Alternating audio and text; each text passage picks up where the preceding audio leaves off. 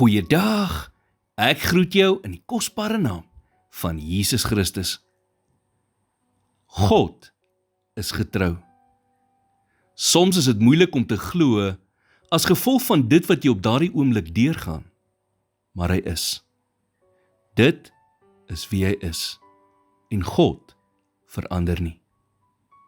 So daardie ding waaroor jy vandag gebroken is, daardie ding wat jy al soveel trane oor gestort het, hy sal selfs getrou wees daarin. Sal dit presies uitwerk soos jy hoop dit sal uitwerk? Miskien, miskien nie. Maar God se getrouheid is nie net gebaseer op wat ons wil hê nie, maar op wat hy weet ons nodig het. Miskien bring sy getrouheid wonderbaarlike genesing vandag in jou lewe, of miskien is dit sy getrouheid wat jou help om net nog een dag deur te kom.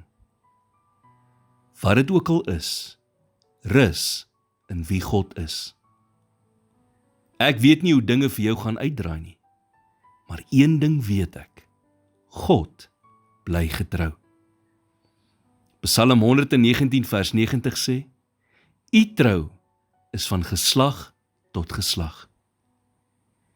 Die God wat gedurende jou beste tye bestaan het, is dieselfde God wat koning was gedurende jou slegste tye. Maak nie saak hoe die wêreld verander nie, God doen nie. Maak nie saak hoe jou lewe en omstandighede verander nie, God doen nie.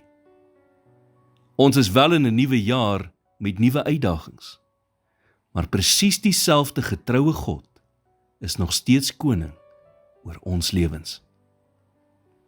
Maak nie saak wat alles in die wêreld verander nie. Daar is een ding waarop ek en jy kan staatmaak. God is getrou. Hy is liefdevol en hy is konsekwent.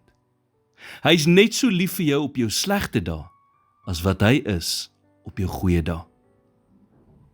Here, wanneer ek terugkyk in my lewe, kan ek sien hoe U my elke dag gedra het. Dankie vir U getrouheid.